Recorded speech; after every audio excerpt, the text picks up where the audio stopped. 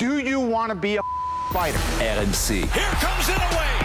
That destructive power does it again. Fighters Club. I'm the baddest motherfucker on the planet. Hey, je vous avais dit quoi? Charles Chevalier. I am the greatest.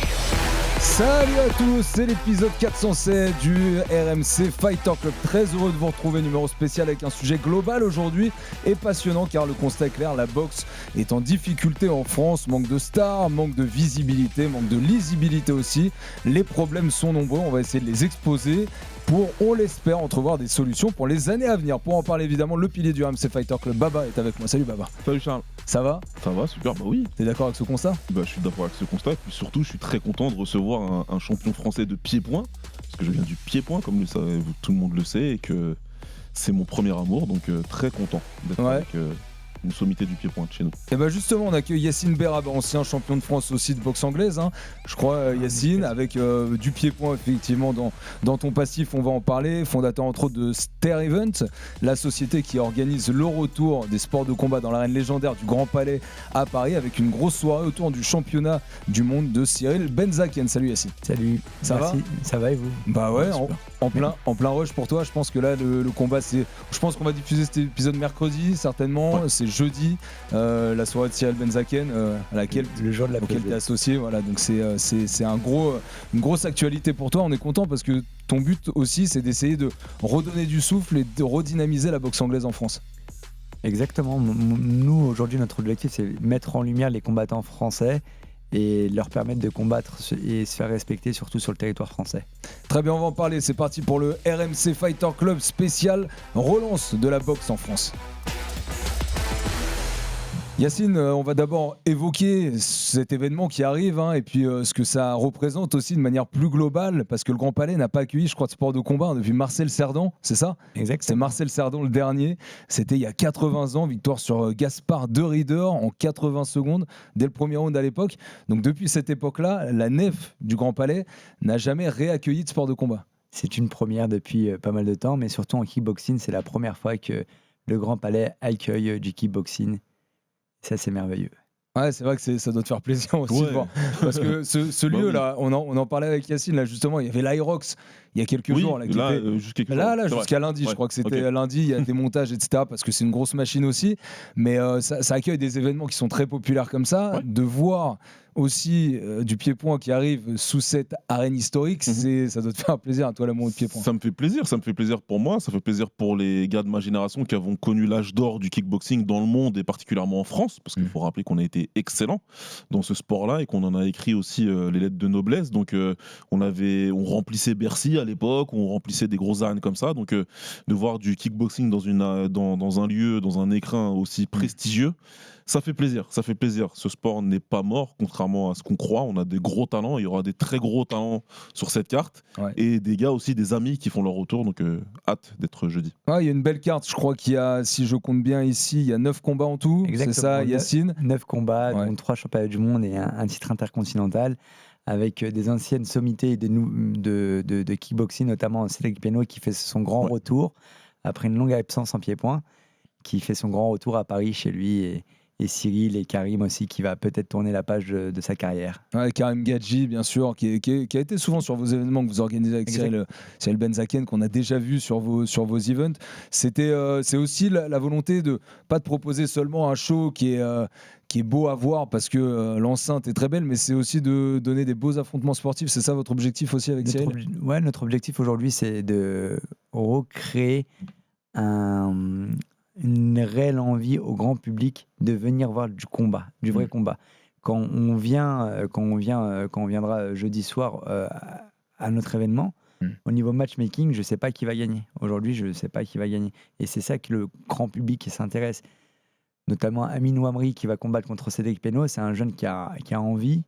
Donc on aura des combats équilibrés et on ne connaît pas encore l'issue des combats. C'est le cas aussi pour le combat de Cyril. Certains peuvent dire que c'est un événement qui est monté autour de lui, donc forcément on va lui trouver un adversaire qui est plus qu'à sa hauteur. Comment se font les match-ups par rapport au combat de Cyril Benzaken ? Alors là, ce combat, ça va être un combat très important parce qu'on a un jeune qui s'appelle Samir Selmi qui a 23 ans, qui est originaire de Tunisie, c'est très peu de temps aujourd'hui qu'il est en Italie. Il a vraiment beaucoup de combats en pied-point, mais également en MMA. Je crois qu'il a 4-5 combats en MMA pro. Et il a une grosse carrière amateur. Et c'est quelqu'un qui a envie de détruire Cyril, clairement. Et c'est le genre de profils qui sont très dangereux. On l'a vu auparavant avec Lambagou. C'est un peu le même profil. C'est un profil où tu es obligé de monter tes mains parce que ça frappe un peu. Et tu es obligé aussi d'être assidu à ton entraînement, sinon ça se voit directement sur le ring. On ne peut pas faire de cadeaux, on ne peut pas arriver au Grand Palais en ramenant un faire-valoir et que Cyril gagne en 80 secondes, c'est pas possible. Ouais. Ça va perdre toute sa valeur. Donc il faut de l'enjeu sportif pour que ce genre d'événement soit crédité auprès du grand public aussi. Exactement, et même Cyril a envie de rencontrer des noms, on l'a vu, là, il avait rencontré auparavant Yoann Lidon au Grand Palais éphémère, avec un combat très équilibré, et là on parlait aussi d'un gros combattant issu du Glory, mais on n'a pas pu gérer les négociations. Mais ça émane aussi de Cyril de rencontrer des noms. Est-ce que Baba, tu penses que on va parler du parcours de Yacine et puis on parlera beaucoup de boxe anglaise, mais tu penses que pour le pied-point, tu as parlé des grandes époques, années 90, Bercy qui était plein, les Skarbowski, les Kamel Jemel, c'est des noms dont on parle souvent aussi ici, mais c'était une grande époque du pied-point. Est-ce que tu penses que c'est possible de retrouver cette effervescence, sachant qu'il y a le MMA qui est arrivé et que le MMA prend beaucoup de place et que peut-être que les gens, un petit peu, ont remplacé le pied-point par le MMA? Non, je pense que c'est possible, c'est aussi des histoires... Ça fait un peu la grimace quand même. Ouais, parce que c'est une question difficile, et tu aimes bien me poser des questions difficiles. Mais moi, je pense que déjà, c'est des histoires d'ère, de période. Moi, j'ai la conviction profonde que l'immense majorité des gens qui regardent du MMA, ils veulent voir des combats debout. Donc le kickboxing, le Muay Thai, ça t'offre cette possibilité-là. On le sait, nous, avec les diffusions du One notamment, où les gens en ont quand même pas mal pour ce qu'ils veulent. Et encore une fois, le kickboxing, encore plus que le Muay Thai, c'est un sport très dynamique, parce que le Muay Thai, on va avoir beaucoup de corps à corps, de clinch. Et là, sur 3 fois 3 minutes, tu vas avoir beaucoup d'échanges. Donc c'est ce que les gens aiment regarder. Maintenant, c'est vrai que, et là, je suis obligé de dire la vérité, c'est que toi qui as travaillé pour Combat Sport, donc qui a diffusé l'âge d'or du pied-point, les médias ont abandonné le pied-point. Et le milieu du pied-point n'a pas su aussi épouser ce virage-là avec l'arrivée du MMA et proposer des galas toujours plus qualitatifs. Là, ça revient. On a Yacine qui vient avec son organisation, on a Eladj Mekedem à Tours qui réorganise des Nuits des Titans, on a le Super Fight, donc on a Issa Terchi et toute la bande de Clichy qui organise très bientôt aussi. Donc on a des organisations au pied-point qui reviennent. Maintenant, il faudra que ce soit diffusé. Voilà, c'est ça, c'est le nerf de la guerre. Il y a les événements qui se montent, Yacine, c'est vrai, mais par contre, le nerf de la guerre, c'est aussi les diffuseurs. C'est les médias. Parce que qui dit diffuseur dit possibilité d'attirer des sponsors parce que plus de visibilité. Et donc, forcément, c'est un peu le nerf de la guerre. Tu parlais de l'époque Combat Sport. C'est intéressant parce qu'on va en parler via ton parcours aussi, Yacine. Parce que toi, tu as été boxeur. Je crois que tu as arrêté à 22 ans pour des raisons familiales et personnelles, ta carrière. Mais par contre, très vite, tu as commencé à bosser avec Cyril Benzaken. Et votre premier événement avait été diffusé sur Combat Sport à l'époque. Donc, enfin, en tout cas, je me rappelle peut-être qu'il y avait eu plusieurs diffuseurs, mais notamment sur Combat Sport, ça avait été diffusé. C'est ça le nerf de la guerre pour ce qui est des sports de combat et d'essayer de les étendre au plus grand nombre. Exactement, je pense que la visibilité, c'est le nerf du combat aujourd'hui, mais pas que pour les événements, pour faire découvrir aussi les nouveaux talents. On a besoin aujourd'hui en France. On a besoin aujourd'hui en France de faire découvrir nos boxeurs français à travers nos événements. Combat Sport, c'était très bien pour nous, pour les organisateurs, pour pouvoir les vendre quelques espaces publicitaires à l'échelle locale, parce que c'est pas assez grand public. Mais là, Baba parlait de l'ère de Sami Kepchi qui sera présent aussi au gala. Là, c'était un tout autre stade où il y avait des réelles diffusion sur Canal+, en direct, avec des transversalités qui pouvaient se faire avec le foot, avec le cinéma.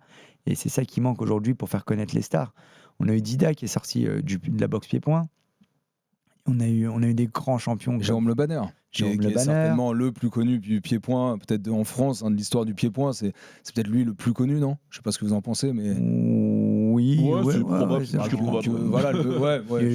pas, j'en vois pas d'autres. C'est vrai que Dida a eu une popularité aussi, mais... Popularité, il y a Faïd Kider, il y en a pas mal. Ouais, il y en a pas mal. Il y a eu pas mal de combattants. Il y a eu pas mal de combattants qui sont sortis de ces soirées par le biais, à l'époque, de Canal+, mais aussi des transversalités qui se faisaient entre le cinéma, le rap... Et tout cette fame un peu qui montait un peu les combattants, et ce qui manque actuellement et qu'on essaie de retransmettre en pied-point. Il y a un article sur lequel je suis tombé là, en préparant un peu cette émission. C'est un article qui date de 2009, décembre 2009, rédigé par Laurence Schneider. C'était sur le Figaro. Le titre, c'était « La boxe pro est-elle morte en France ?» Voilà, c'est un constat. Ça avait l'air alors, il y avait une question à la fin, mais finalement, en lisant l'article, c'était plus un constat qu'une question. Finalement, elle disait c'est vrai que la boxe pro a beaucoup de difficultés à se renouveler. On va se poser cette question aujourd'hui en France. Moi, j'ai relevé pas mal de faits qui étaient exposés dans cet article-là pour voir si, encore aujourd'hui, ces faits-là pouvaient s'appliquer ou pas. Yacine, réponds toi-même de ce que tu en penses, en tout cas à cette question. Est-ce que pour toi, la boxe pro aujourd'hui est morte en France ? Et juste après, on va recevoir quelqu'un qui a bien connu aussi, on parlait de l'âge d'or du pied-point, qui a bien connu l'âge d'or de la boxe en France et de la diffusion de la boxe en France aussi. Pour moi, comparé en 2009, on est exactement au même point. Sortie de Jeux Olympiques 2008 Pékin, on a une médaille d'Alexis Vassine, paix à son âme, qui se fait voler clairement, et derrière on n'a aucun diffuseur pour le monter, on a rien du tout. Canal+ abandonne la boxe à cette même période par le biais de Brahim Asloum. Ils ont abandonné complètement la boxe, et de là ça va de carré dans Silla. Et aujourd'hui on arrive exactement à cette même période avec l'abandon de Tony Yoka par Canal+, et je peux vous dire que c'est pas les talents qui manquent en France. On a quand même 5 challengers mondiaux. On a un champion du monde issu de la France qui a été en équipe de France qui s'appelle Christian Mbili. On a des champions silver, notamment Bilej Kitou, Khalil El Adri, Bakary Samaké, qui sont tous originaires de la France et qui sont numéro 2, numéro 5 mondiaux. Et c'est pas les combattants qui manquent aujourd'hui, c'est le média qui propulse ces combattants. Christian Mbili, peut-être face à Canelo, c'est en train de tourner en ce moment, on attend l'officialisation, mais ça pourrait se faire. Christian Mbili qui était dans Baba Versus d'ailleurs, qui est disponible encore sur YouTube RMC Sport Combat si vous voulez aller le voir sur Internet. Juste cette question très rapidement avant qu'on accueille notre invité, Baba, est-ce que pour toi, la boxe anglaise est morte en France aujourd'hui, et est-ce que sur ce deuxième versant de la réponse de Yacine, est-ce que depuis 2009 ça a stagné ? Ouais, non, moi j'ajoute rien à ce que dit Yacine, il a complètement raison. Je vois pas, parce qu'il faut pas être non plus catastrophiste. La boxe en France, elle existe si tu te déplaces, entre guillemets. Si tu vas dans les galas, si tu es dans le milieu, tu sais qu'elle existe. Moi, je trempe encore dans le milieu, donc je sais que les gars sont là. Je dirais même qu'en termes de talent aujourd'hui, que ce soit en amateur et en pro, on a rarement été aussi homogène. Il y en a beaucoup des talents. Il n'y en a pas peut-être 5, 6. Il y en a vraiment beaucoup. Donc moi, après, je redescends tout en bas parce que je vais même voir des challenges du premier round. Donc c'est le premier niveau que tu vas avoir en amateur. Je vais voir le championnat d'Île-de-France parce que je sais que je vais voir des gros talents. Et moi, je les trouve très très forts, les jeunes boxeurs aujourd'hui. Et les boxeurs qui se sont ici au plus haut niveau, contrairement à certaines époques, moi je trouve qu'ils ont une vraie chance de devenir champion du monde ou de battre des gros adversaires. Est-ce que Christian Mbili peut battre Canelo ? Bien sûr que oui, j'en suis plus que convaincu moi. Donc je pense qu'aujourd'hui on a le niveau, mais ouais, encore une fois, c'est la diffusion le problème, c'est la mise en avant des boxeurs le problème. Alors l'âge d'or de la diffusion de la boxe anglaise en France est aussi représenté par une voix très caractéristique, celle de Jean-Philippe Lustig qui est avec nous au téléphone. Salut Jean-Philippe. Salut Charles, salut à tous. Comment ça va ? Je vous écoute là. Non, ça va très bien. Ça va très bien. Je suis à la montagne là, donc je vais. Voilà, mais ça fait du bien de décompresser un petit peu, voilà, pour respirer du bon air. Bon. C'est bien. Je crois que tu seras de retour pour le combat de Cyril jeudi soir à Paris, pour ceux qui veulent te voir. Je suis toujours fidèle à Cyril et à Yacine, et vous me retrouverez sur le ring à présenter cette belle soirée. Et voilà, un passionné de la première heure qui continue de l'être aussi pour le pied-point et surtout pour la boxe anglaise. Jean-Philippe Lustig. Jean-Philippe, on est content de t'avoir parce que c'est vrai que tu as connu chez Canal+ à l'époque, chez TF1 aussi à une certaine période, et puis tu as connu l'époque Combat Sport aussi, ma chaîne Sport qui diffusait. Tu commentais d'ailleurs sur ma chaîne Sport aussi avec Boutier, hein. C'était quand même une époque assez exceptionnelle. Jean-Philippe, raconte-nous un peu ce que toi tu as vécu, à quel point ces belles années de la boxe en France étaient représentatives de ce que est ce sport pour beaucoup de Français, et à quel point les champions aussi que toi tu as connus, que toi tu as commenté, que tu as rencontrés, réussissaient à drainer ce sport-là en France. Bon, alors, le mot est fort quand je t'entends dire et poser cette question, est-ce que la boxe est morte en France ? Non, absolument pas. Et d'ailleurs, le niveau des boxeurs actuels est très fort. Et ça, vous avez raison d'insister autour de la table. Incontestablement, il y a de très, très bons boxeurs français aujourd'hui. Elle n'est pas morte. Simplement, depuis 40 ans, depuis que je commande ce sport-là et ayant commencé à Canal a financé ce sport. C'est simple. Elle a financé, donc elle a exposé les boxeurs. Au moment où il n'y avait pas autant de plateformes, autant de réseaux sociaux, ils n'existaient même pas d'ailleurs. Et donc les boxeurs devenaient des champions de boxe, des champions tout court. Ils étaient exposés. Les parallèles, vous avez évoqué le cinéma, vous avez évoqué les variétés. Il y avait ça, TF1 bien entendu, dans les années 89, 10, 11, 12, etc. Quand j'ai quitté Canal, on a développé tout ça pendant des années et exposé les affaires, les Mendy, les Lorsi, Boudouani. Bien sûr, on ne va pas refaire l'histoire de la boxe.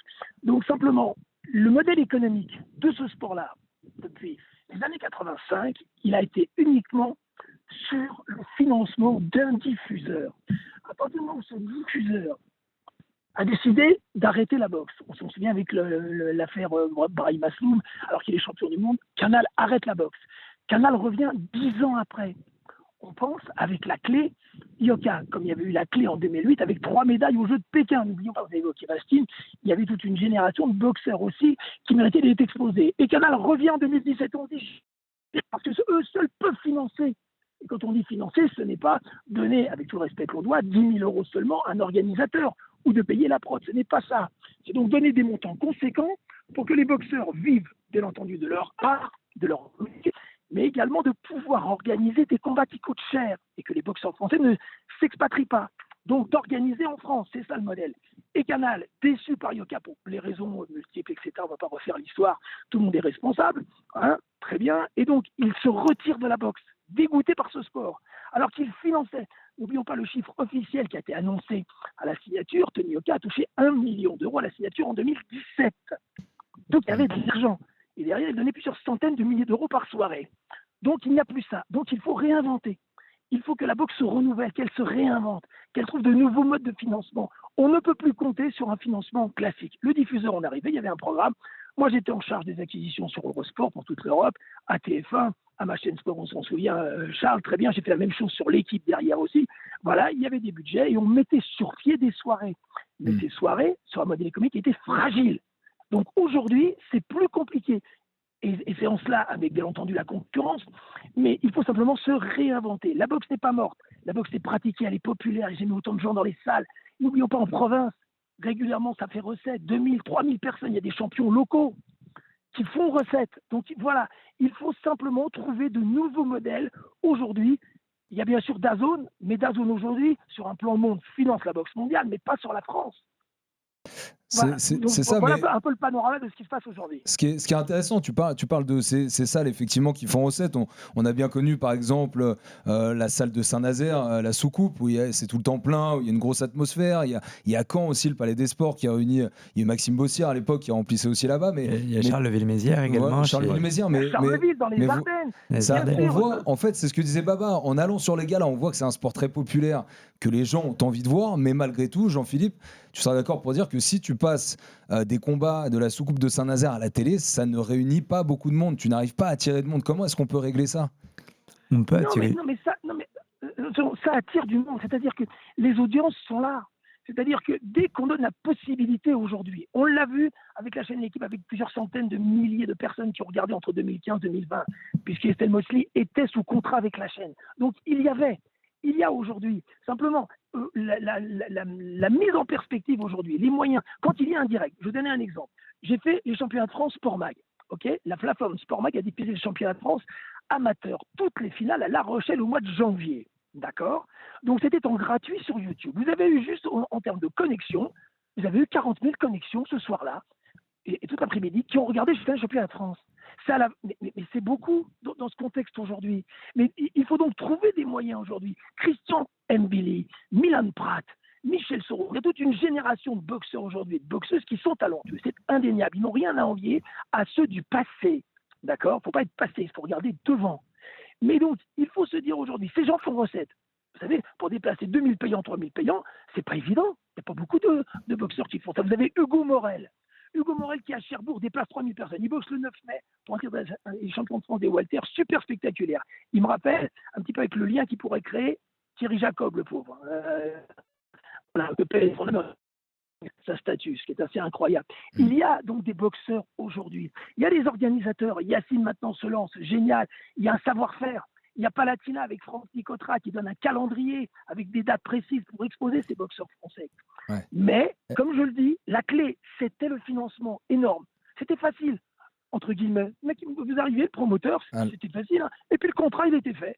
Puis à partir de là, vous pouviez établir votre soirée. Ouais. Et bien aujourd'hui, c'est différent. Alors, est-ce que on va faire intervenir Yacine là-dessus, mais est-ce qu'il ne faut pas aujourd'hui d'abord monter les stars avant d'en faire des bons combattants? Je prends l'exemple de Jake Paul évidemment aux États-Unis. Je prends l'exemple de Rebeu Déter en France qui avait rempli la U Arena, je crois, à Nanterre, donc 30 ou 40 000 personnes qui étaient venues pour un mec qui n'avait jamais fait de combat de boxe, et ça s'est fait sur son nom. Il y avait Greg MMA en face aussi, donc ça menait un peu de crédibilité sportive. Mais tu vois, Yacine, est-ce que c'est pas important aussi de faire monter des personnages avant même que ce soit des bons boxeurs? Sur l'art du digital, on peut le faire, mais on peut monter et à la fois sportivement et monter en même temps les boxeurs. Ça se fait piano. C'est tout à fait possible. On a Instagram, on a TikTok aujourd'hui, on a aussi Twitch, sur lequel il y a pas mal de jeunes qui regardent nos combattants. On peut le faire. Et en plus, ce qui est beaucoup plus facile, c'est qu'on a beaucoup plus accès à des gros influenceurs. Aujourd'hui, il suffit de se greffer avec un influenceur comme Rebeu Déter, et ta carrière, elle peut décoller, et les Français peuvent s'intéresser à toi, ou à Nasdaq, ou voilà. Il y a pas mal d'influence, et c'est beaucoup plus facile aujourd'hui, si on a les moyens de le faire, de percer au niveau médiatique. Est-ce que tu regrettes, Jean-Philippe, justement, que des familles, par exemple, qui peuvent être assez porteuses au niveau médiatique, la famille Oubali, la famille Alab, tu vois, c'est des vrais passionnés qui ont eu des frères, qui ont eu des très gros niveaux, des frères entraîneurs, des frères arbitres, il y a eu plein de choses, toute une énergie sur ces familles-là. Tu regrettes que ce genre de profil-là ne soit pas assez monté médiatiquement ? Alors, c'est intéressant ce que dit Yacine là, sur les réseaux sociaux, et ta question, Charles, par rapport à la famille Alab et tout cela. Il y a un savoir-faire régional. Ils font des soirées, ils font 1500 payants, c'est des super entraîneurs, tous les frères, c'est intéressant, et ils montent plein de boxeurs. Mais il y a un élément clé, c'est que, et d'ailleurs Cyril, on est la parfaite illustration, et Bakary Samaké aussi, ne l'oublions pas, c'est que vous avez de bons boxeurs français, ils sont restés sur des modèles anciens. Le modèle ancien, c'est le réseau social, moi, j'y crois pas trop, j'ai du mal. Mais un boxeur moyen aujourd'hui, qui est très fort sur un réseau social, c'est plus important qu'un très bon boxeur qui est absent sur un réseau social. C'est dur à dire, les copains, c'est dur, mais c'est la réalité. Ce qui veut dire que dans les mentalités, il faut changer. Bakary Samaké, avec son père, on fait évoluer les choses, c'est incroyable. Donc quand tu parles justement qu'un boxeur se mette en scène, il faut rester dans le narratif sportif. Il faut bien entendu rester dans la dimension sportive, mais à côté, expliquer en permanence, raconter une histoire. Il faut donc que les boxeurs fassent la réflexion, réfléchissent à cela, et même au sein de l'équipe de France. Je sais pas absolument, mais comment se fait-il qu'avec 3 médaillés olympiques, il n'y ait pas de retombée aujourd'hui, que le mec soit inconnu? J'exagère, hein. Mais il n'existe pas sur les réseaux sociaux. Il faudrait donc qu'il y ait aujourd'hui une structure qui soit mise en place au sein de la Fédé, ou alors sur un plan individuel, pour dire comment on fait, comment j'exige, j'allais voir un community manager, qu'est-ce que je raconte, comment je signe cela, et on développe cette communauté, et on crée du lien avec ce public. Et donc il y a le système du business qui va ensemble. Vous voyez ce que je veux dire? C'est cela, c'est un ensemble. Et la boxe, elle est restée sur des méthodes. Et pourtant, je suis dedans depuis tellement longtemps et j'adore ça. Arrête, on se met. Il faut aujourd'hui vivre avec son temps. Ok, le direct du gauche, il est important, le talent, le punch, la droite, génial. Mais également, pour exister, qu'est-ce que je fais à côté? Voilà. Baba, t'es d'accord avec ça? Le direct du gauche, avant le nombre d'abonnés sur Instagram, et après on développe le reste?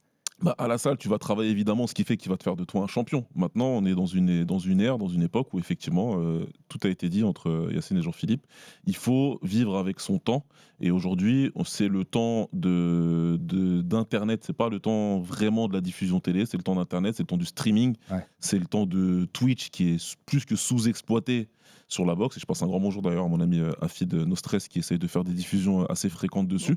On voit aujourd'hui avec le foot, avec un Zach Nani qui récupère des droits footballistiques, et que ça va continuer avec d'autres sports, qu'il faut effectivement s'associer avec quelqu'un comme Rebeu Déter qui lui a une portée assez extraordinaire pour pouvoir toucher d'autres. C'est ce que les Américains ont vite compris avec l'arrivée de Jake Paul, parce que très rapidement des champions du monde actuels ont choisi de travailler avec lui et ont mis leur ego de côté. Ça veut dire qu'ils se sont mis en undercard d'un combat où Jake Paul il est main event. On a des mecs comme Régis Progrès qui n'ont pas hésité à faire des championnats du monde en étant co-main event, alors que le main event c'était Jake Paul contre je sais même plus qui d'ailleurs, Nate Robinson ou quelque chose comme ça. Ça a inversé les tendances. En fait, ils n'ont pas mis leur ego devant, ils se sont dit ok, le business aujourd'hui c'est ça, moi ça va me permettre de continuer de faire grandir ma notoriété et de me remplir les poches, donc je le fais sans aucun scrupule. Il faut qu'en France on le comprenne.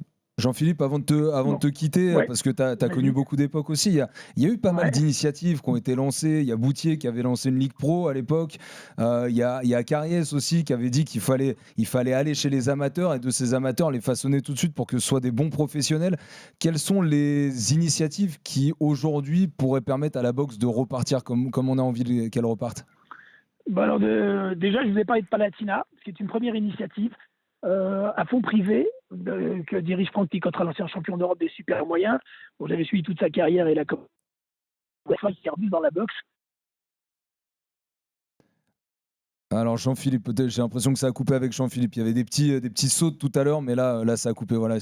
Ah, Jean-Philippe, est-ce que tu nous entends? T'es de retour?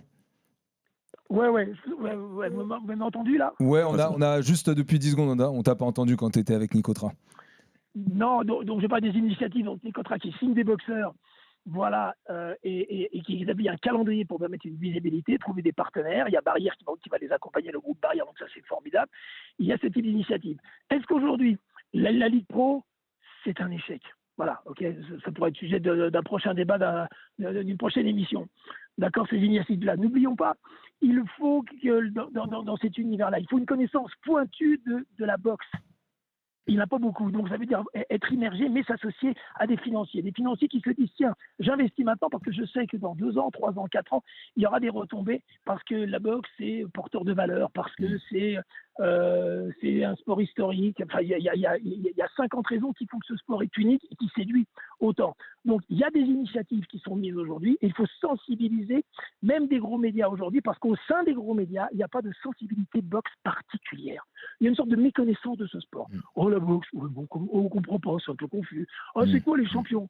Et on a du mal à comprendre ça. Donc il y a une remise en question, comme je le dis, et établir des initiatives privées qu'il faut encourager, qui sont indispensables aujourd'hui, et s'appuyer sur un savoir-faire local. Parce qu'en région, il y a des clubs comme Charleville-Mézières, la famille Hamid Zahim et tout cela, qui savent faire. Et il faut s'appuyer sur ce savoir-faire pour avoir une vision plus globale, nationale, et développer les boxeurs. Mais il faut avoir confiance. Voilà, honnêtement, avec de l'énergie, du bon sens, de l'envie, et puis surmonter les obstacles. Voilà les amis. Et voilà un message positif de Jean-Philippe Lustig. Merci Jean-Philippe, on te laisse rejoindre les pistes. Merci. Attention, pas de traces de bronzage sur le visage, t'es au Grand Palais dans 2 jours. Non, t'inquiète pas, je serai présentable jeudi sur le ring. Salut à tous. Merci d'avoir été avec nous. Salut Jean-Philippe. Ouais. Merci. Intéressant. Et en fait, c'est ce que dit Jean-Philippe, c'est ce que Yacine et ce que ici on avait commencé à dire. Le nerf de la guerre, c'est les médias, c'est la diffusion, c'est la communication. C'est ce qui a quand même beaucoup changé. Est-ce que avant, d'après vous, un mec qui était justement, comme on disait, qui avait le meilleur crochet du gauche, il allait devenir le meilleur boxeur quoi qu'il arrive, alors qu'aujourd'hui il faut une partie média, une partie communication qui prennent aussi un petit peu d'importance par rapport au niveau pur de boxe? Est-ce que ça s'est un petit peu inversé ces tendances-là? Oui, moi je pense que oui, bien sûr. Aujourd'hui, c'est important d'avoir une présence, c'est important de pouvoir dire que tu es bon, de pouvoir montrer certaines choses, que ce soit sur tes réseaux, etc. On a des combattants qui l'ont parfaitement fait. On a un Bilal Chiquitou qui a bien épousé le virage viral, entre guillemets, donc qui a su s'imposer sur cette scène médiatique. Si tu regardes le MMA, tu as un Paul Dena qui a fait ça. Enfin, tu vois, dans tous les domaines, tu vas voir quelqu'un qui monte, qui n'a pas encore accompli, dans le sens où Bilal n'est pas encore devenu champion du monde, mais en tout cas, il a montré que ça doit fonctionner, ce genre de choses. Maintenant, il ne faut pas oublier aussi que ça reste un sport et que tout se passe dans le ring. Yacine, vas-y, je t'en prie. Et il a exactement raison, Baba. Aujourd'hui, si on n'est pas connu sur les réseaux sociaux, on disparaît complètement. On a aussi des combattants qui sont exceptionnels, qui ont le niveau mondial, notamment Michel Soro, qui va faire un championnat du monde en Côte d'Ivoire, IBO, mais qui est peu connu du grand public parce qu'il ne s'expose pas assez sur les réseaux sociaux. Et c'est une volonté de sa part.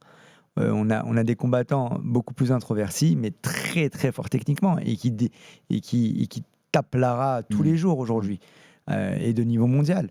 On a eu un Arsène Goulamirian aussi qui était peu exposé aussi sur les réseaux sociaux et qui gravitait avec le très haut niveau.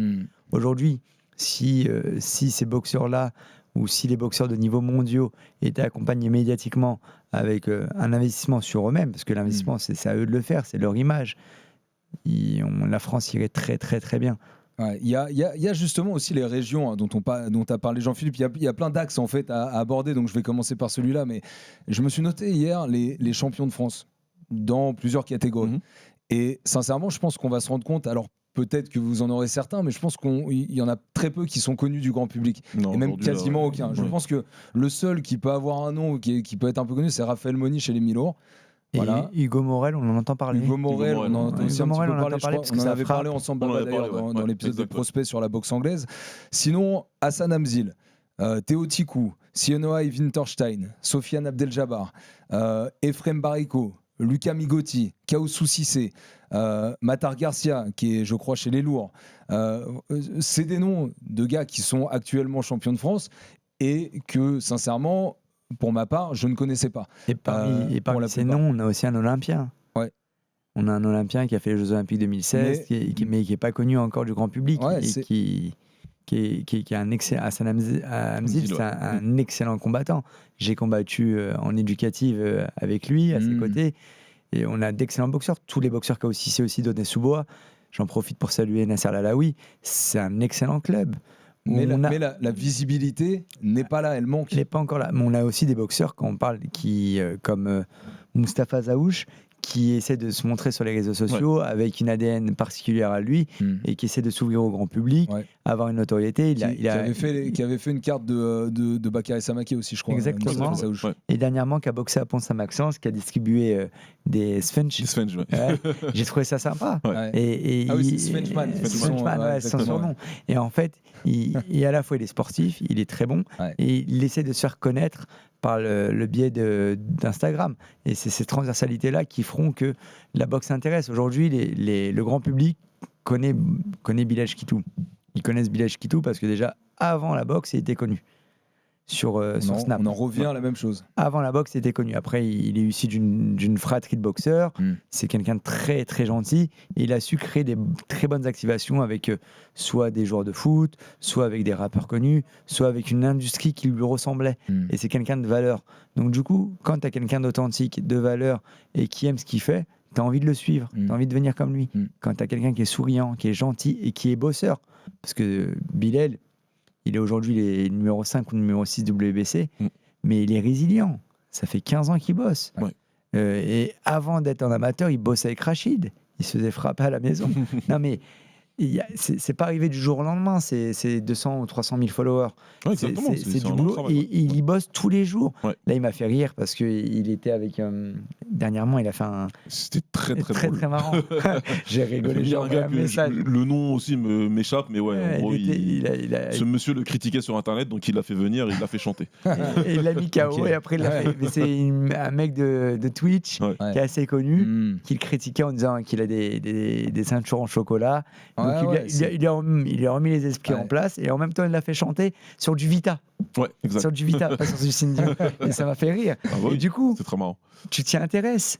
Là, derrière, il dit on dit que je suis un ceinture au chocolat. Il a fait Bilal et la chocolaterie. Ouais. En fait, c'est avoir de l'imagination et pouvoir que les jeunes s'identifient à toi, les jeunes et les moins jeunes. Et l'univers de Bilal, il y a beaucoup de personnes qui s'identifient à lui parce qu'il est issu des quartiers populaires, parce qu'il est gentil, mais parce qu'il est fédérateur. C'est la force des réseaux sociaux. Parce que j'en veux aussi l'exemple de Cyril Benzaken qui a plus de 100 000 followers, je crois, sur Instagram, 100 ou 150 000. Mais potentiellement, quelqu'un qui suit Bilal Kitou et Cyril Benzaken va dire ils font le même sport. Tu vois, il dit il fait de la boxe, mais sans savoir qu'il fait du pied-point, il fait de la boxe anglaise. Il y a peut-être du coup un désintérêt pur du sport qui se fait à travers ces followers qui suivent que le contenu qui est proposé, mais qui vont pas suivre le reste. C'est un contenu complètement différent, parce que les personnes qui suivent Cyril ne sont pas forcément les mêmes personnes qui suivent aujourd'hui Bilal. Bien sûr. C'est deux publics complètement différents, mais qu'on peut rassembler autour d'une soirée. Et c'est là notre objectif, nous en tant que promoteurs, de rassembler différentes personnes. Là, on parle de Bilal, mais il y a aussi Khalil El Hadri, qui fait des activations avec le PSG, qui est un excellent combattant et qui est aux portes d'une ceinture verte. Il ne faut pas oublier, qui est made in Muro 100%. Il a fait sa finale de championnat de France amateur contre Sofiane Oumia. Après, il a boxé à haut niveau pendant longtemps. Là, pendant ses derniers combats, ils se sont super bien passés. Et là, il est aux portes de la ceinture verte et qui se fait connaître aussi par le biais des réseaux sociaux avec son public qui est aujourd'hui le PSG. Mais moi, j'ai une question aussi qui va aller un petit peu au-delà de ça parce que bon, c'est pas, je le dis de façon assez triviale, mais ça fait 10 minutes qu'on tape entre guillemets un petit peu sur les boxeurs autour de la table en disant qu'il faut qu'ils se mettent en avant, et c'est vrai. Mais j'ai toujours tenu le même discours, moi, c'est qu'aussi un boxeur boxe et un promoteur promeut. C'est toi, aujourd'hui, tu es plus du côté organisationnel. Tu organises, mais ton accompagnement de Cyril, il fait que aujourd'hui, il est très exposé.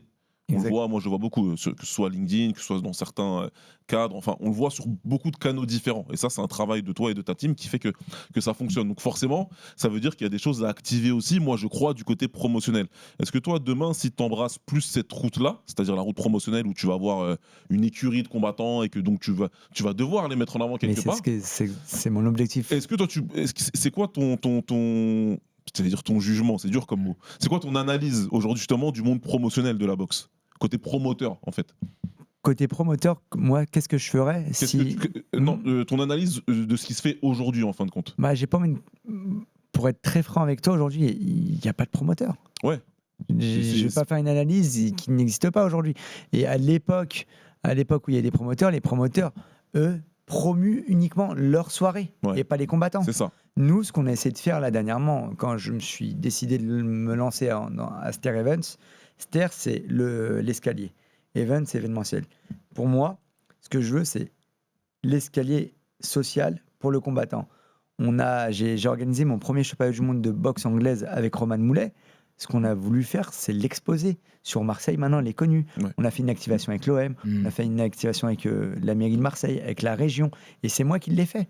C'est pas Roman qui l'a fait. Elle doit boxer. Mais par contre, elle a toujours répondu présente aux médias. Aux conférences de presse. Ce rôle-là, bien sûr, elle a toujours joué le jeu. Ouais. Elle est venue au stade Vélodrome, elle a sifflé, elle s'est fait connaître. À la veille de son combat, elle était là, elle était avec pas mal de. Mais ça émane de l'énergie. Ouais. Quand t'es boxeur, c'est dur aussi. Tu peux pas. Moi, des fois, je la voyais, elle était fatiguée. J'ai dit, putain, Roman, t'es fatiguée et tout. Tu veux qu'on annule ? Elle me dit, non, c'est pour moi. Et moi, ce que je veux, à travers ma promotion, si je me lance en tant que promoteur de boxe anglaise, c'est m'occuper en 360 des combattants. Ouais. Tu peux pas dire aux combattants, débrouille-toi, tu vas être connu. Non, c'est notre boulot. Déjà, ils combattent, ils font des sparring, ils ont des régimes, ils ont une vie de famille. C'est dur. En plus, pour les femmes, ils ont tout l'univers qui va à côté. C'est encore plus dur de se reconnaître. Et avec ma team, on a pris Roman. On a dit, écoute, on va essayer avec Roman. C'est Marseille, on maîtrise, on est à la maison. Elle n'est pas du tout connue. Après le 8 février, au moins elle aura ses accès à l'OM. C'est quoi Marseille ? C'est l'OM. C'est ce qui s'est passé. On a créé plein d'activations et derrière, elle est figure féminine de l'OM. Et d'ailleurs, ce que tu nous disais, donc ça rejoint tout à fait ce que dit Baba. En fait, un boxeur boxe et un promoteur promeut, et un entraîneur entraîne, chacun reste à sa place. Mais si tu es bien entouré, tu peux réussir à faire un 360. Un combo comme tu l'as dit, travailler en équipe et t'associer en fait. C'est pour ça que je veux m'associer, moi. Alors justement, c'est ce que tu nous disais juste avant de prendre l'antenne tout à l'heure. C'était simplement que toi, tes boxeurs, tu veux les considérer comme des associés et pas comme des gens avec qui tu travailles. Tu veux qu'ils soient complètement impliqués dans le projet. Exactement. Et que ce soit un projet qui soit imbriqué pour le promoteur et pour le boxeur. On a 13 ans de travail aujourd'hui avec Cyril. 13 ans, on arrive au Grand Palais. Et je peux te dire que si on n'avait pas ce projet ensemble, d'associer, ça ne marcherait pas. Il y a toujours un intérêt. Là, l'intérêt, il est commun. On n'est pas toujours sur la même ligne éditoriale sur certains sujets, mais on est ensemble. Qu'est-ce que c'est l'image des promoteurs grand public qu'on a, c'est Don King.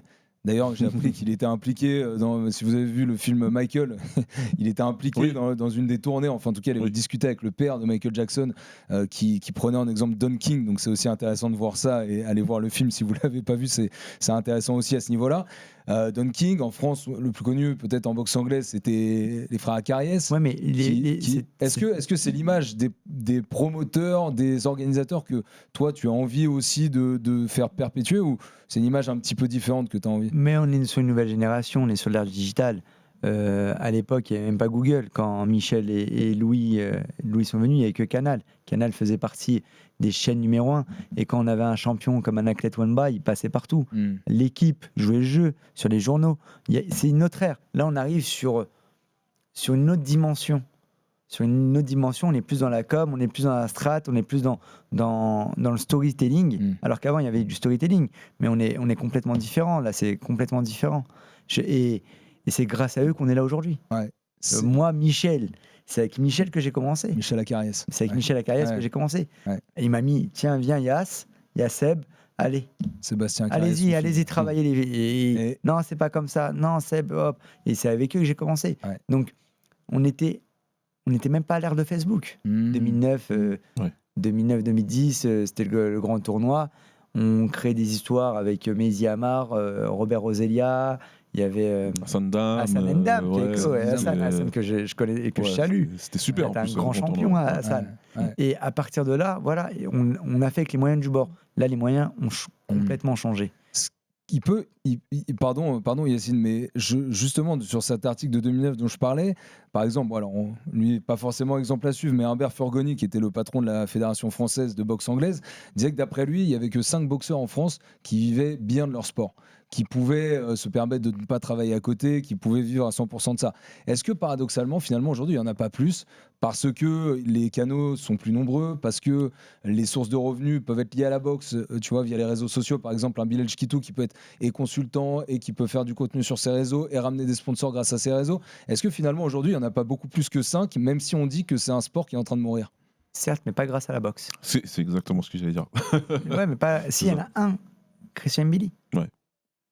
Christian Billy qui gagne sa vie grâce à ses cachets. Tony Yoka, Tony Yoka, il faut. qui en a vécu, mais qui se relance actuellement. Tony, c'est un excellent boxeur, mais derrière un boxeur, il y a une équipe, il y a des coups, il y a des camps de préparation, il y a une famille. Donc du coup, quand tu accumules, c'est quoi vivre? Les boxeurs en France aujourd'hui, ils survivent. Je ne connais pas un boxeur actuellement, et s'il y a Milan Prat grâce à ses partenaires, qui arrivent à en vivre pleinement. Mais donc, quand c'est des partenaires, c'est directement lié à la boxe. Mais c'est des partenaires fans qui veulent faire évoluer le boxeur. C'est plus du côté humain et social. Et c'est hyper bancal. C'est-à-dire que si le partenaire, pour X ou Y raison, son business bat de l'aile, la première chose qu'il va faire, c'est couper le soutien au boxeur. Donc il n'y a pas du tout de certitude. Tu marches sur des œufs. Ton cachet, c'est ton cachet. Ton cachet, c'est ce qui est censé te faire vivre. Au moins, c'est clair. J'ai une vision, j'ai un combat qui arrive là, j'ai une prépa qui va durer tant de temps.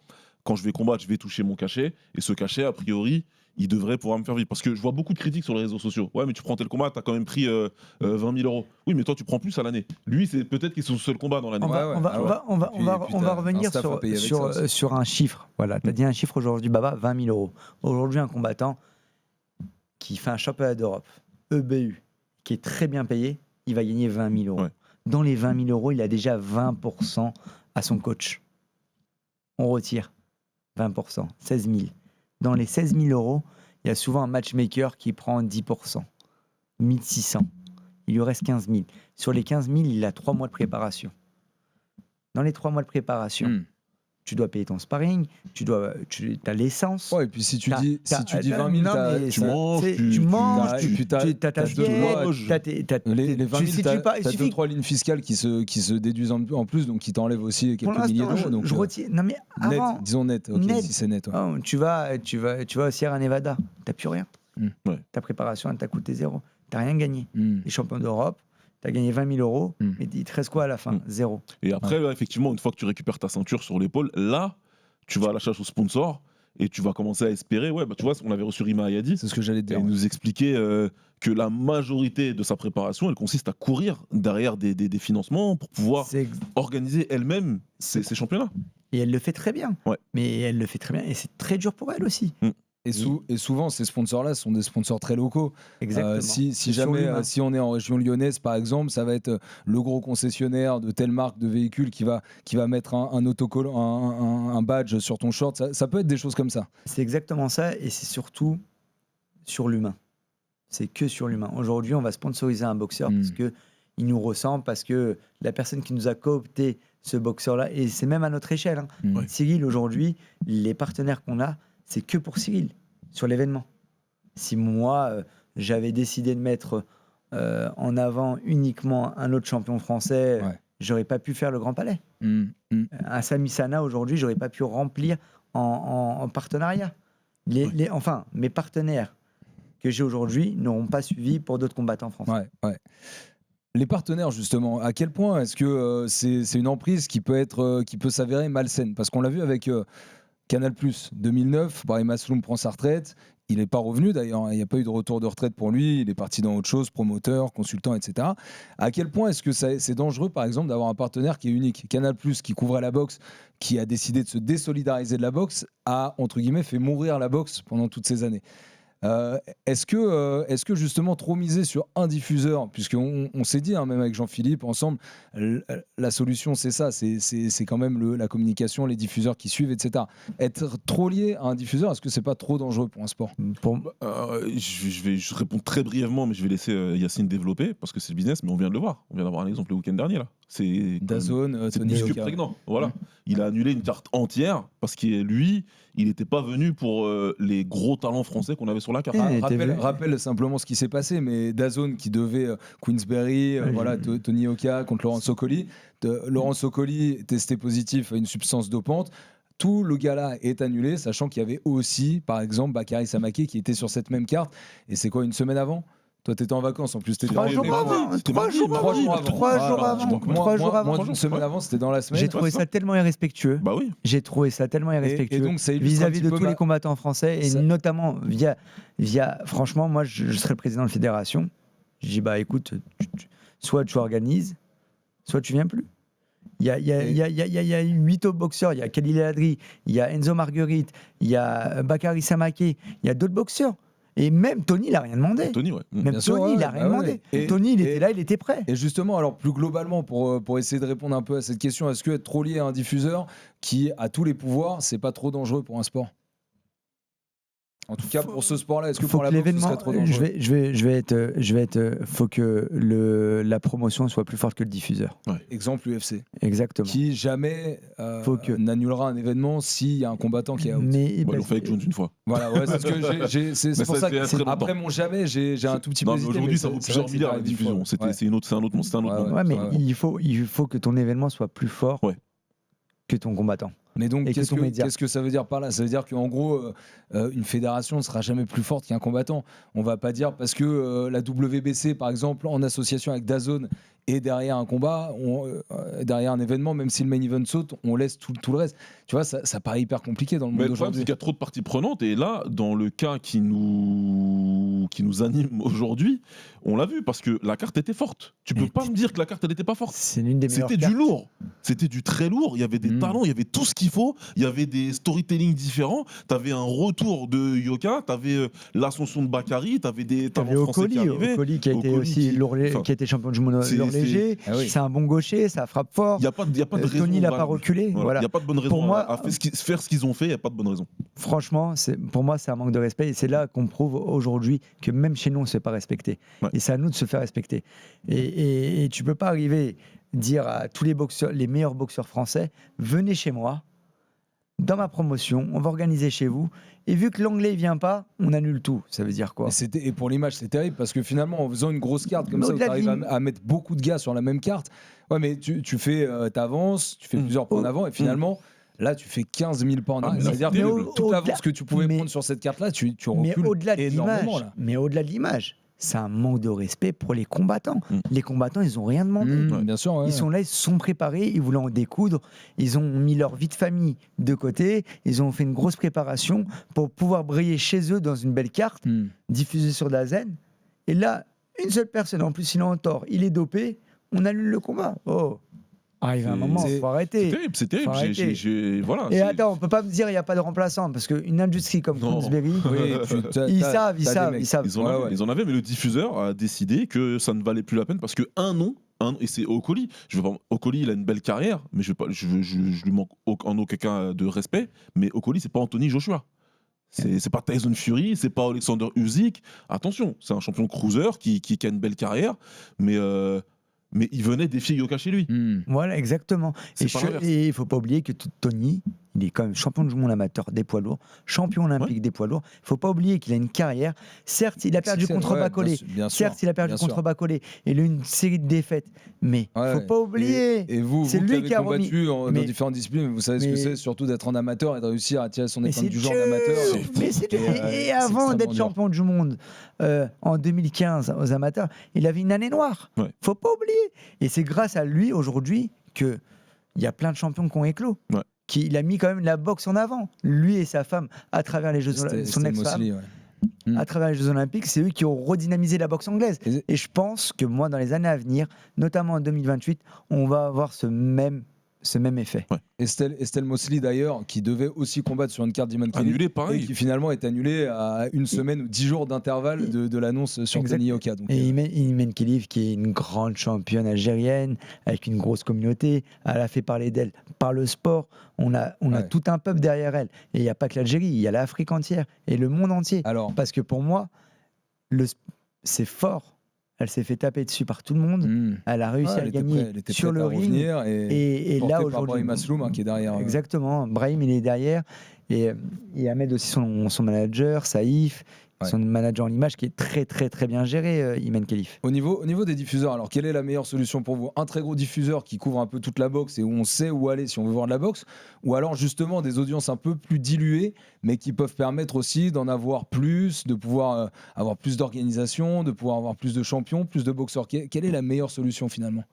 Pour moi, je crois que je dis pas de bêtises en disant que c'est chez France Télé que ça va être diffusé. Exactement. Pour moi, ça passe par là. Ça passe par une plus grande diversité de diffuseurs. Aller chercher des diffuseurs qui d'habitude ne font pas ça en fait. Moi, j'ai grandi. Jean-Philippe l'a dit tout à l'heure. Moi, je suis suffisamment vieux pour avoir vu Laurent Boudouani sur TF1.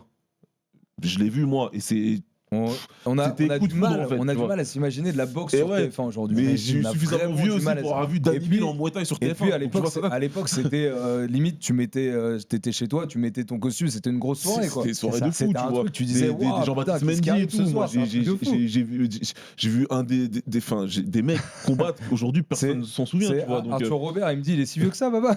Mais en fait, 42 ans. Faut redire, Canal prend la boxe dès 84. Donc il y a Charles Bietri, il y a Jean-Philippe Lustig qui était déjà dans le giron, il y a tout ça, et puis TF1 c'est fin 90 début 2000 je crois, c'est ça c'est ça, 92 93 je crois que c'est milieu comme ça. Donc, pour revenir sur ce que fait Yacine, c'est audacieux d'aller chercher France TV. Moi je trouve que c'est bien qu'ils le suivent. Je sais pas comment ça s'est passé, mais chapeau, parce que ça n'a pas dû être si simple que ça pour les convaincre.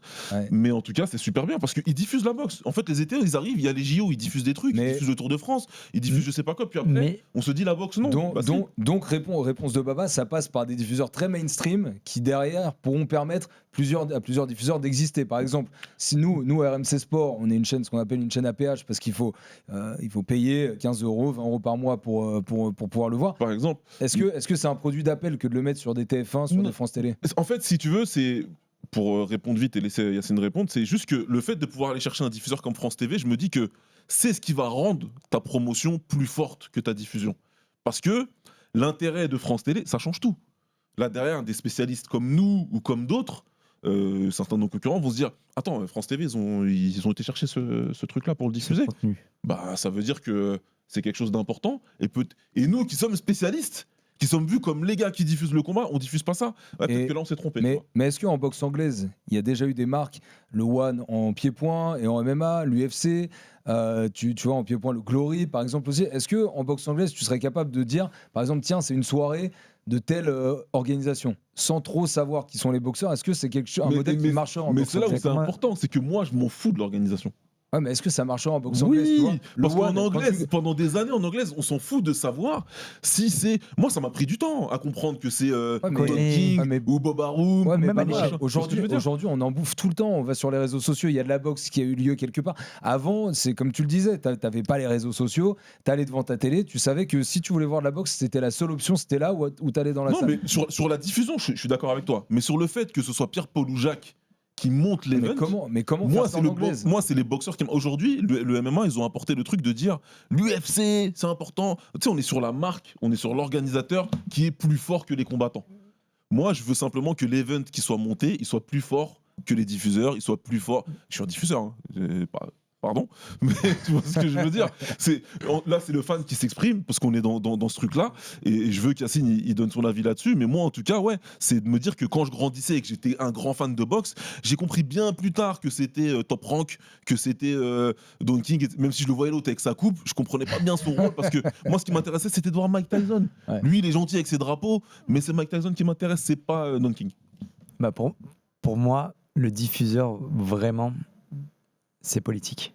Si on veut vraiment développer la boxe en France, il faut que ça soit une décision politique à l'échelle présidentielle. Si on veut vraiment éclore des talents, là on va avoir pas mal de talents au jeu 2028.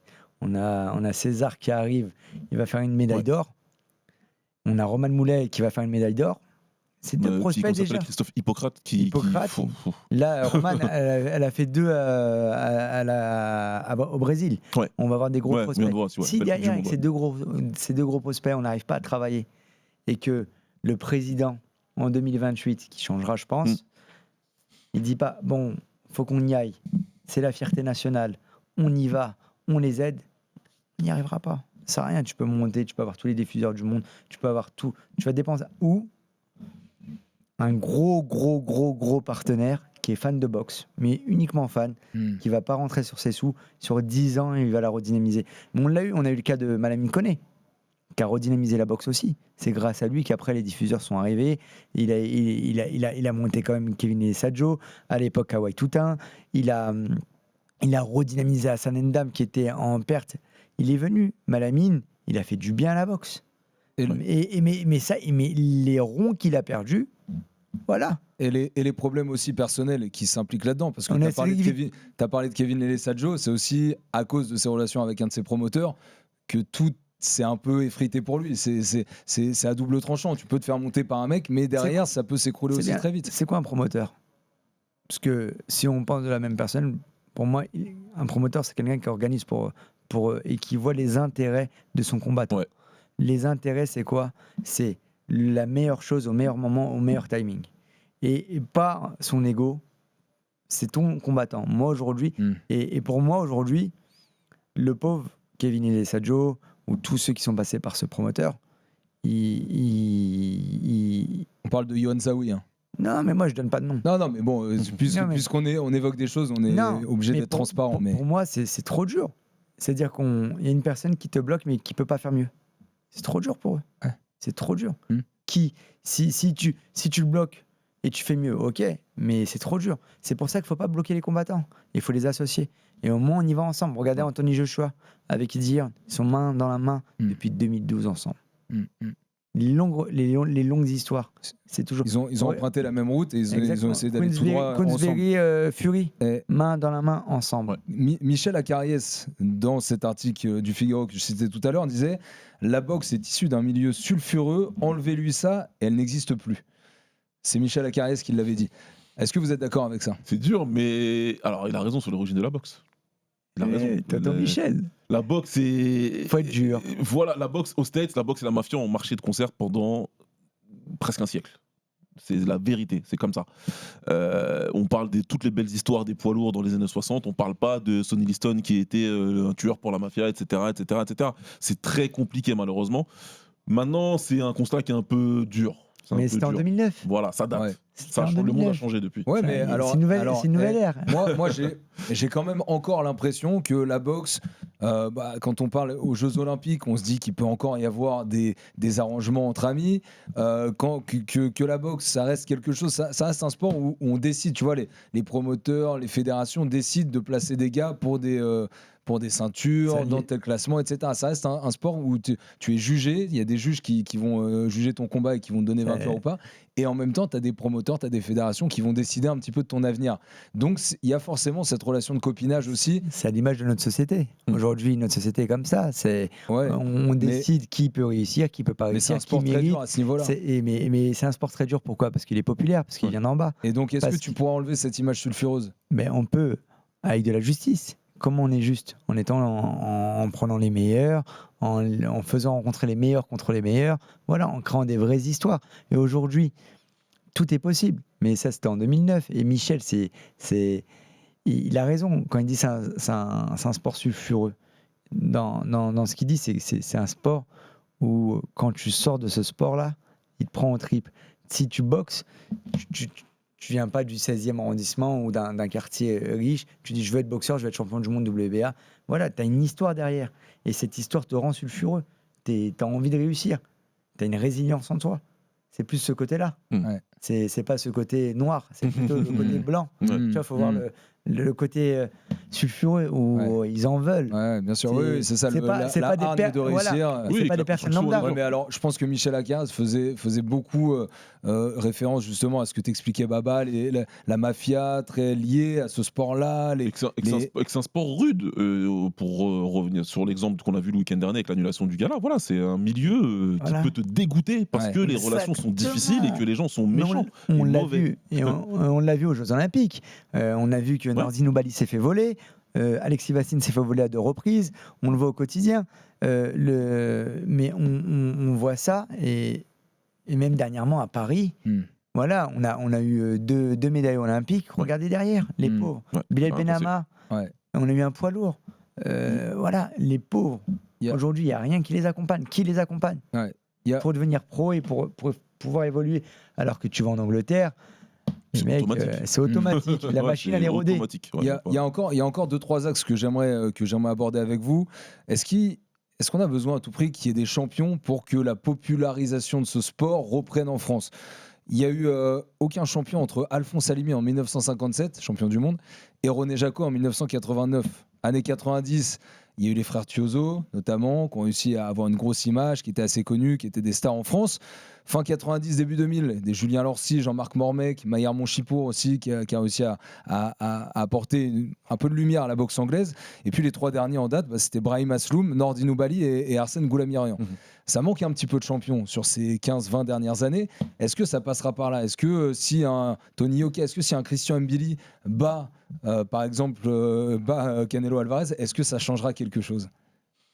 J'aimerais bien te dire oui. Putain, c'est un peu ça. J'ai envie d'espérer que oui. Mais je te dis que non. Mais je pense pas, parce que déjà Christian est délocalisé.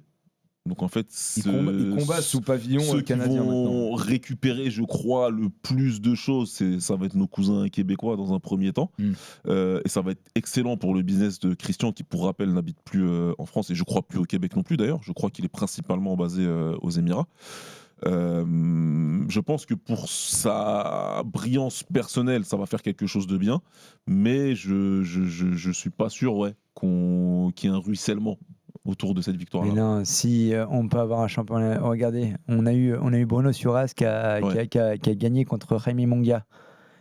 Il a fait l'aller à Tijuana, il l'a mis KO. Il est revenu en France, il a eu une hype.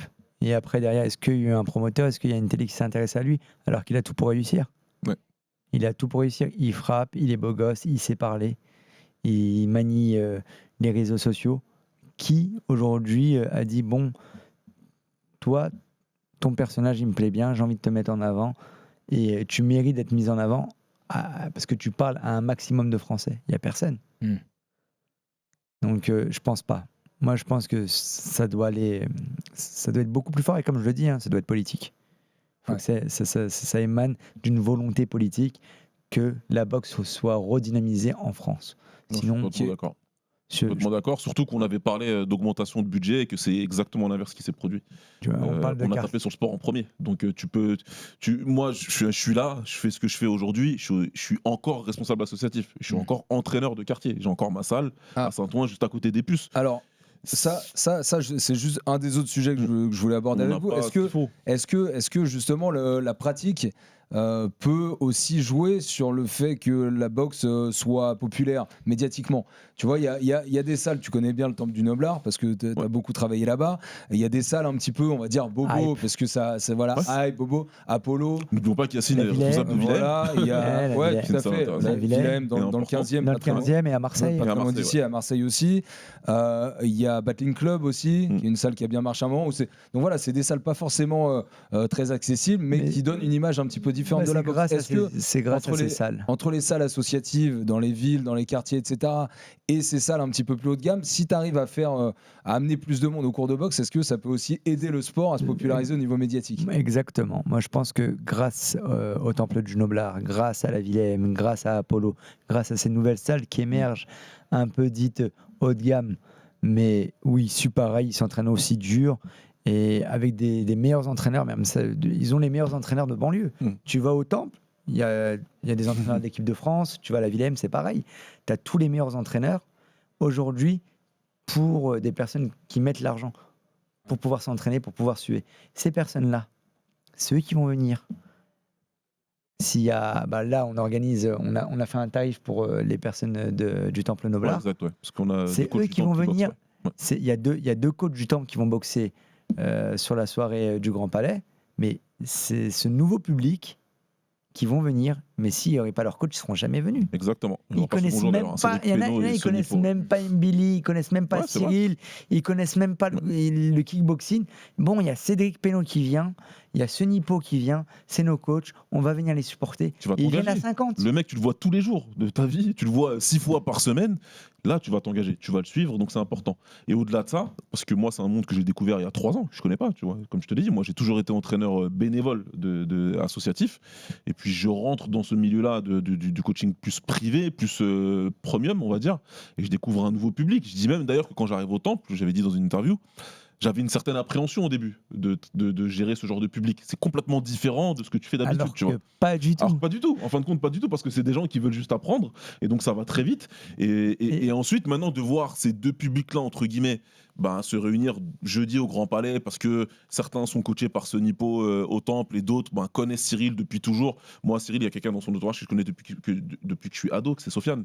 Donc je suis pressé de le voir jeudi, parce que ça fait des... Sofiane, c'est aussi. Ouais, on était au RM Boxing ensemble, donc ça fait plus de 10 ans qu'on s'est pas vu. Moi, c'est... Ah ouais, ouais. Sofiane, c'est moi qui ai rater, donc c'est moi qui ai présenté Sofiane à Cyril. Ouais, j'espère que je le verrai jeudi, parce qu'on n'arrête pas de se louper là, et ça fait... ça fait une bonne décennie qu'on s'est pas vu. T'étais au RM chez Rachid. J'étais formé chez Rachid, ouais, exactement. J'avais boxé Walid en longtemps. J'étais venu avec Grégory Choplin. Avec Grégory Choplin, ouais, exactement. Allez, donc c'est la belle époque. Mais donc ouais, tu vois, c'est de voir ces deux mondes-là qui se réunissent sous un événement. Ça va faire remonter la boxe, et ça entre guillemets, socialement peut-être. Prouve aussi aujourd'hui que la boxe fédère et que c'est le seul sport qui fédère. Et j'en parle souvent. Je dis aujourd'hui, la mixité qu'on va retrouver au Grand Palais, tu le retrouves dans aucun sport. Comme on a dit, il y a des personnes sulfureuses, il y a des chefs d'entreprise, il y a des étudiants, il y a des jeunes de quartier, il y a des grosses personnalités politiques. Nous, on attend François Hollande, là, jeudi. On va avoir d'autres grosses personnalités politiques. On a peut-être l'ancien ministre des Sports qui va venir, Bernard Laporte. Et ça, tu le retrouves qu'en boxe. Tu le retrouves pas dans les loges du PSG, parce que dans les loges du PSG, ils sont dans les loges. Tu le retrouves pas non plus au handball. Tu le retrouves nulle part ailleurs. Tu le retrouves pas au MMA. Tu le retrouves en boxe, en kickboxing, par les biais des événements qu'on propose, mais en boxe anglaise aussi. Mais ça, il y a que ce sport-là qui arrive à fédérer. Et comme je te dis, si on n'a pas aujourd'hui une volonté politique à l'échelle nationale de fédérer par le biais du sport, et notamment par le biais de la boxe, on ne réussira pas. Et aujourd'hui, si on veut faire rêver aussi nos jeunes de quartier populaires, il faut mettre en avant des jeunes de quartier populaires. Si on a envie de faire rêver... aujourd'hui, ils s'identifient beaucoup à travers les réseaux sociaux. Combien de personnes ont commencé la boxe grâce à Bilal Kitou ? Il y en a moins 15-20. C'est bien. Ça te donne envie. C'est ça, parce que là, vous parliez d'un mec qui vient prendre un cours au Temple du Noblard, par exemple. Tu vois, ce gars-là, il a 23 ans. Dans 5 ans, il aura des enfants. S'il est devenu mordu de boxe, ses enfants vont aimer la boxe aussi. Enfin, c'est une question de filiation aussi et d'en parler autour de soi, qui peut aider à faire rejaillir la boxe. Il y a même en Angleterre, il y a même un des champions du monde qui est à la base un white collar. Un white collar, c'est les combattants qui viennent des salles luxueuses londoniennes. Fiabo Wardley, il a commencé au Temple de Londres. Ouais, exactement. L'équivalent du Temple Noblard, mais et voilà. Et donc, du coup, il a tissé un public autour de lui qui avait un peu d'argent et qui ont déjà fédéré à ses premiers combats pro. Tu dis le mot fédéré, ça me ramène juste, et ce sera peut-être l'occasion de conclure ce débat, mais aux fédérations. Est-ce que, moi c'est un truc qui est en boxe, que je souligne souvent, parce que c'est tellement illisible. les classements, les ceintures intérimaires. Par exemple, les ceintures quand tu es champion de l'Union Européenne, il y a une ceinture EBU qui arrive aussi, mais tu connais pas vraiment la différence. Mais tu peux être champion d'Europe aussi. Mais il y a la lisibilité est quasiment impossible. Et c'est ce qui, pour moi, il y a peut-être aussi beaucoup de catégories de poids. Donc il y a beaucoup de champions aussi dans chaque catégorie de poids. Le côté sulfureux des fédérations, le côté arrangement entre amis, etc. C'est ça qui, pour moi aussi, empêche aussi un petit peu la boxe de parler au grand public. Est-ce que ça, vous croyez que les fédérations sont prêtes aussi à faire des efforts sur leurs moyens de communication? On a reçu à la fois Souleymane Sissoko et à la fois Bruno Suras qui nous disent, mais moi, quand je parle avec Souleymane, il partait en Thaïlande pour assister à un congrès de sa fédération pour essayer de qu'il va perdre pour apprendre que finalement enfin tu vois, c'est la visibilité est terrible. Et ça les boxeurs, même les boxeurs qui sont un petit peu en haut de la colline déjà, comme Souleymane, c'est hyper compliqué. Comment est-ce qu'on arrange ça aussi? Et c'est là il faut un promoteur puissant, et qu'on voit qu'on a eu un très gros promoteur puissant, 2 frères qui s'appellent les frères Akarias, qui ont réussi à avoir une main de fer contre ce système-là et à réussir à faire des champions. Ils ont même fait des chocs franco-français. Mendy, Lorsi, magnifique. Ouais. Tu vois, ils ont redynamisé grâce à leur réseau au niveau international. Et après, c'est vrai que on comprend pas beaucoup. Il y a plusieurs ceintures. Je te l'avère, c'est vrai. Et là, il y a Turkish qui veut faire une fédération type UFC. Type UFC, ouais, exact. Zuffa Boxing, ouais. Zuffa Boxing, on va voir, wait and see. Mais si la WBC, la WBA, l'IBF, la WBO, l'IBA, l'IBO, il y a au moins 7 fédérations. Il peut y avoir 7 champions du monde dans la même catégorie. C'est illisible, certes. Mais si Zuffa devient fort, au fur et à mesure, ça... Moi, ce que je pensais, réellement, et je pensais que Turquie allait acheter toutes les fédérations.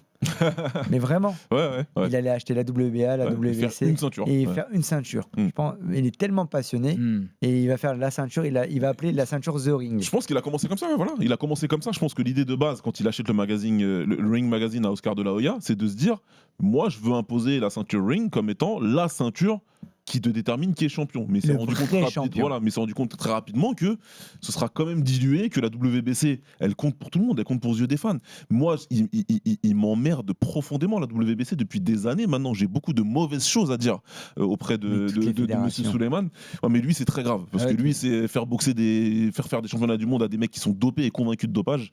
J'ai plus de force pour ce mec, mais c'est la ceinture verte et or.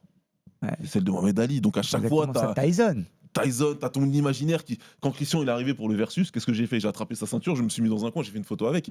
C'est la vérité, tu vois. C'est beau. C'est parce que c'est la ceinture WBC, c'est comme ça. Donc c'est pour ça qu'ils ont pris une route différente en disant on va faire Zuffa, on va casser le Ali Act et on va créer un UFC de la boxe. Moi, tout le monde sait ce que j'en pense. Il y a au moins, 10 heures de baba sur les Fighter Club là-dedans. Donc c'est à la fois compliqué parce que pour le boxeur, ça peut devenir risqué. Mais quand je vois, il faut aussi mettre un peu d'eau dans son ventre, entre guillemets, quand tu te mets à la place de certains boxeurs, comme Raphaël Moni qui vient de signer, comme Maxime Vaz qui vient de signer, ce sont des Français qui vont signer avec Zuffa Boxing, parce que quelle est leur autre alternative? Il n'y en a pas. Donc là, il y a quelqu'un qui vient qui leur propose 6 contrats, c'est pas Baba qui est là derrière son micro qui va dire ah tu comprends, attention, c'est peut-être dangereux. Il n'y a rien à dire, c'est des combattants qui doivent boxer et qui doivent gagner leur vie. Ils n'ont pas peur de la défaite. Force à eux. Mais est-ce que parce que on a souvent critiqué aussi ici Zuffa, ce qu'il pouvait faire, Dana White qui est dedans, etc. Mais nous qui appelions tout à l'heure, est-ce que les organisations, les fédérations sont un peu plus fortes que les combattants, histoire que les gens viennent voir de la boxe et se détachent un petit peu des noms qui combattent? Est-ce que finalement, ce que va faire Zuffa, ça peut pas être un élan positif? C'est là où la nuance elle est importante, c'est que moi je veux que la promotion, c'est-à-dire là je te prends l'event en tant que tel, il soit plus fort que la diffusion. Et l'event, il est porté par les boxeurs. Donc les boxeurs vont être les gens vont venir pour les boxeurs. Ouais, c'est différent de Dana White qui est là tout le temps en conférence de presse et qui explique au micro ce que vous pensez. J'en ai rien à foutre. Il dit littéralement ça. Tu vois. Non, mais ce qui est bien, c'est que les boxeurs qui ont souscrit à Zuffa, ils n'ont pas peur de la défaite. Et aujourd'hui, on a un problème en boxe anglaise, c'est que dès qu'on a une défaite, on descend des classements, on est mis au placard. C'est trop dur. Ouais, c'est trop dur. Alors que, regardez, au foot, on peut perdre 3 fois d'affilée, on reste en Ligue 1. Ouais, bien sûr. Non, mais c'est vrai. un sport très dur. Alors C'est vrai qu'en que boxe, tu as 3 défaites d'affilée. ouais, cette peur du zéro qui disparaît, évidemment. Alors, défaite ouais. le week-end après. Alors, en MMA, je t'en parle pas. T'as une défaite, t'es mort, alors que t'en as 4 d'affilée, t'es au placard. Ouais, et puis Et t'as parfois- jamais existé en Et plus. puis parfois, CF Bruno Suras, tu prends des défaites contre des mecs dopés, et puis finalement, la défaite semble rester. Donc, Ouais, il y a normal. des choses aussi qui sont La vraiment. défaite reste et le mec fait dispute un championnat du monde. Et derrière, Génial. lui, il boxe pas aussi. Ah, le lui, il pauvre. boxe Bah ouais, bien sûr. Ouais, Le c'est perdant ça. C'est-à-dire de qu'il est l'histoire, c'est lui. bloqué. Ouais, c'est ça. C'est-à-dire qu'il le tape C'est terrible. à l'aller et au retour, il est. C'est un milieu très compliqué. Pour terminer, Baba, est-ce que dans les 10 prochaines années, on va pouvoir vivre une renaissance de la boxe en France? Mais moi j'y crois toujours parce que je suis dans ma quarantaine et on m'a toujours expliqué que la boxe elle était morte. Bah c'est pas le cas. Donc soit c'est une mort extrêmement lente, la plus lente de l'histoire, soit faut arrêter aussi de faire des lieux communs et juste faire les causes et que tout le monde se mette autour de la table. On n'a pas beaucoup parlé de la fédération, Yacine en a beaucoup parlé, mais ouais, je finirai là-dessus en disant que chacun prenne ses responsabilités pour que ce sport redevienne ce qu'il était dans les années 90 en France. Dans les 10 ans, est-ce qu'on va revoir un âge d'or de la boxe? Bien sûr. Ouais, J'en suis sûr. Avec la nouvelle génération qui arrive, j'en suis sûr. On a une équipe de France qui est exceptionnelle. On a des vraies championnes, parce qu'on parle beaucoup des champions, mais on a des vraies championnes. On a des Roman Moulet, on a des Amina Zidani, on a en moteur, on a Estelle Mosley. Ouais. On a vraiment aussi une boxe féminine très très forte. On n'en parle pas beaucoup, mais c'est peut-être les femmes qui vont. Et tu vas y contribuer, Yacine, avec Star Event notamment, pour essayer d'accompagner les boxeurs et d'avancer main dans la main avec eux pour que leur combat soit bien médiatisé. C'est l'objectif des 10 prochaines années. Merci Yacine Baraba d'être passé par le studio du RMC Fighter Club. On le rappelle, dans 2 jours, on enregistre mardi, on diffuse mercredi et jeudi soir au Grand Palais, la soirée kickboxing autour de Cyril Benzaken avec beaucoup de très beaux noms. Baba qui sera dans le coin, dans les parages, tu seras au Grand Palais jeudi soir. J'y serai aussi. Une petite place au ring. Génial. Avec ces retrouvailles que tu vas faire Baba aussi. Merci en tout cas à toutes et à tous. Merci de nous être fidèles sur le RMC Fighter Club. Abonnez-vous, likez, mettez des alertes, faites tout ce que vous pouvez, tout ce que vous voulez. Merci à Julie et Arthur aujourd'hui qui étaient en régie pour cette émission. À très vite, ciao. RMC Fighters Club.